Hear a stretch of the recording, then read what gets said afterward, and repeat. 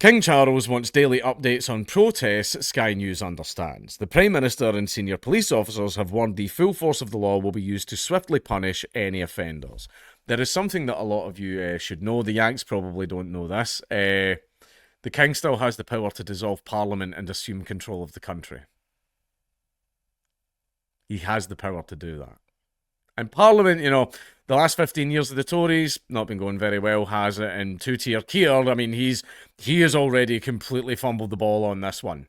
He's already went in and went full authoritarian on absolutely everything because he's went, yeah, screw human rights. And of course he has.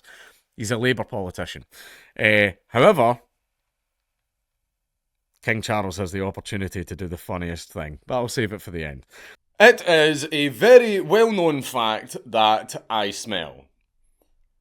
And while I'm so brimming with testosterone that I have pheromones for days, unfortunately you don't get this big and sweaty without obtaining an odour that is overpowering and olfactorily offensive. But did you know that it's also possible to smell good? Of course you don't, so it's just as well that Scentbird is on hand to provide some mellow morsels to mask my musk.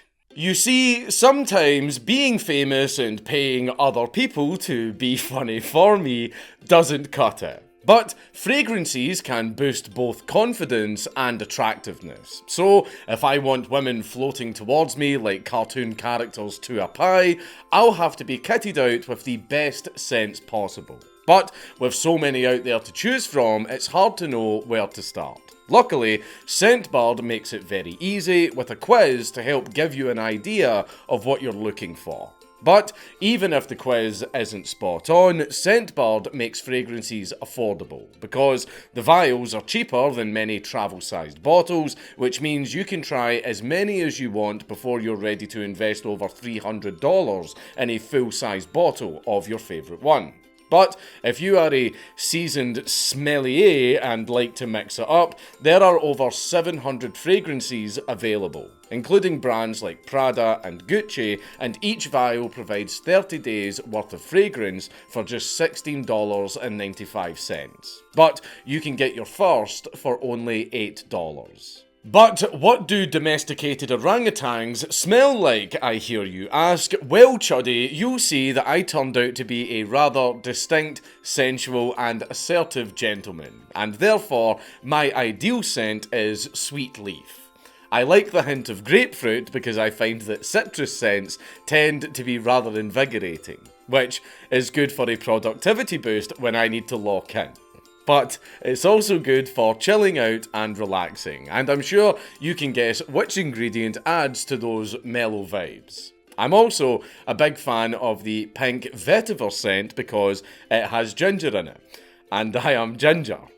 I also really like the cardamom and crushed pink peppercorns because, as I'm sure you all know, I have quite a reputation for being very woody and spicy. There is a scent for every situation, and the great thing about Scentbird is that the vials are compact and portable, fitting everywhere from your pockets to your gym bag. Of course, most of you will have to buy a gym bag first. So, if you want to move on from your life as a smell cell and become a centurion, scan the QR code on the screen or use my code COUNT55 to get 55% off of your first month at Scentbird. But only if you're in the US or Canada. I'm afraid the fish and chips and ale scent hasn't been developed yet.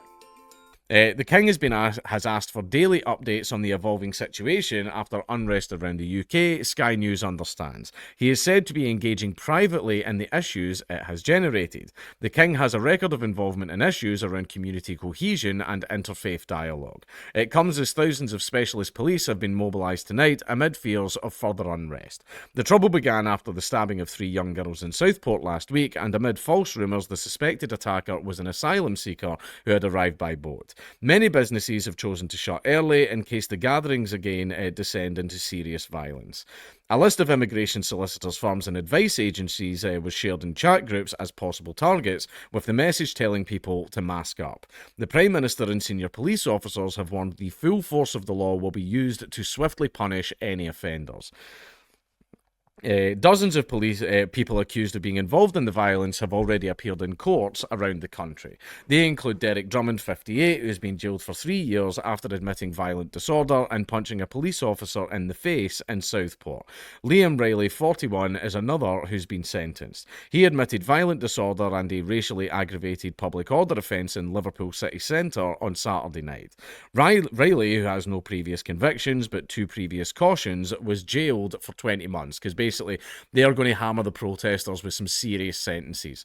It was the same thing they did to the football hooligans. Football hooliganism still exists, but nowhere near the way that it does. Like, see how back in like the 70s and 80s, that was like the true heyday of the football hooligans. Even if they didn't have enough evidence to show like violent behaviour from the leaders of these football firms, they were basically saying just for being the leader of a football firm, you were getting heavy sentences, and these guys started getting sent down for like 12 years, 13 years, just for running a firm.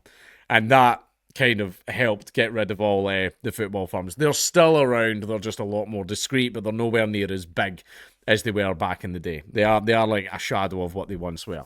However, they're going to do the same thing to the rioters, just start handing down really heavy, beefy sentences to just scare everyone into not going out and protesting. Declan Gearan, 29, also admitted being involved in the violence in Liverpool, as well as sending threatening messages to a woman. A court heard he was caught on CCTV, setting a police van on fire before sitting down and looking casually back at what he had done. He was jailed for 2.5 years. The unrest has also led to a row between Tory leadership rivals after Robert Jenricks told Sky News people shouting Allahu Akbar on the streets should be immediately arrested, even though I don't like it. No, that's freedom of speech. Mel Stride said wholesale criminalisation of the words, used by many Muslims every day, was unwise and insensitive.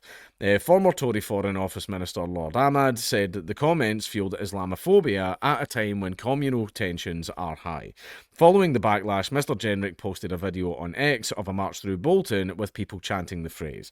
He said, Allahu Akbar is spoken peacefully and spiritually by millions of British Muslims in their daily lives, but the aggressive chanting below is intimidatory and threatening.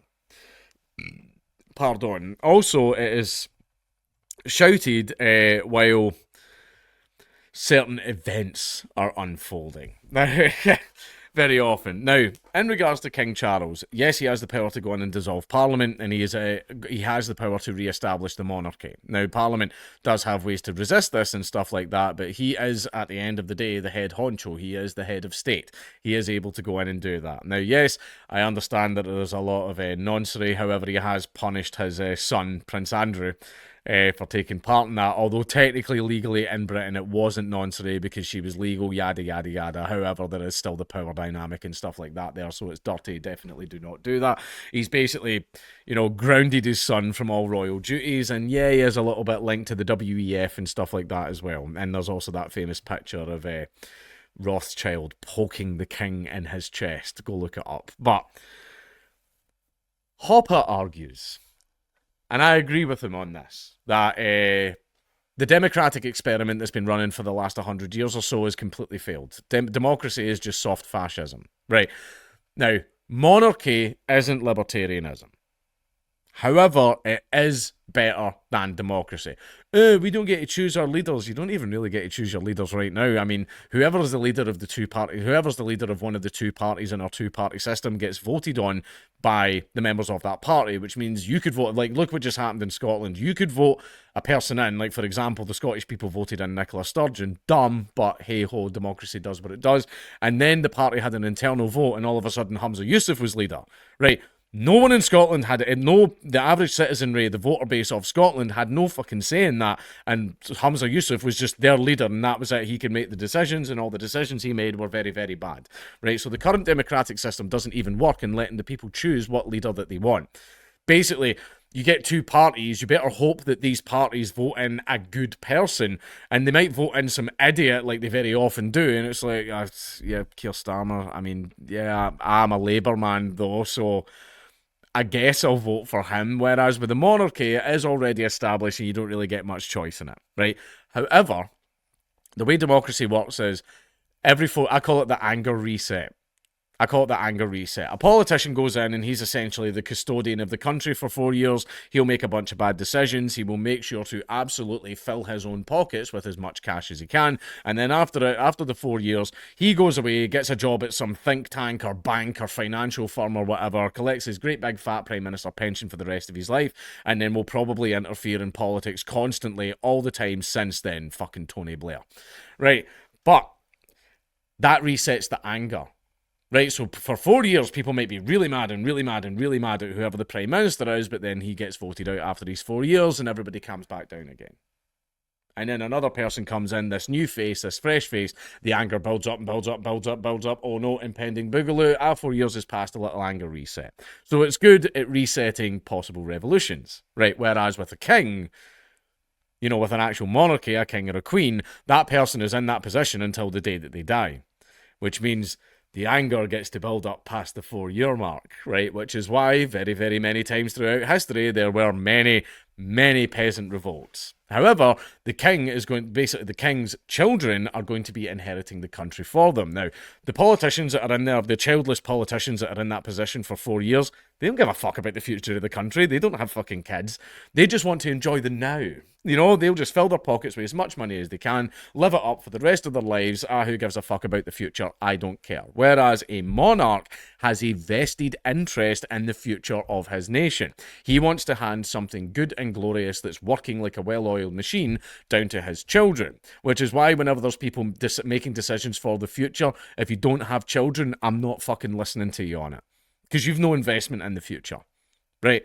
Anyone with children does. That's why I prefer leaders who have children. They have a vested interest in making sure that the future is great, glorious, and prosperous. And also, because the king or queen is in their position for so long, they run a massive risk of a boogaloo. So they have a lot more incentive to be a good and decent ruler. Right? So again, monarchism isn't libertarianism. However, it is preferable to the current system. Basically, look, go read Democracy, the God That Failed, right? Just go read it. See if you go on, I think it's the Mises Institute, you can download a PDF of the whole book. Just go and download it, give it a good read, and you'll see what I mean. Remember guys, if you want a great deal at Scentbird, scan the QR code on the screen or use my code COUNT55 to get 55% off of your first month at Scentbird, but only if you're in the US or Canada.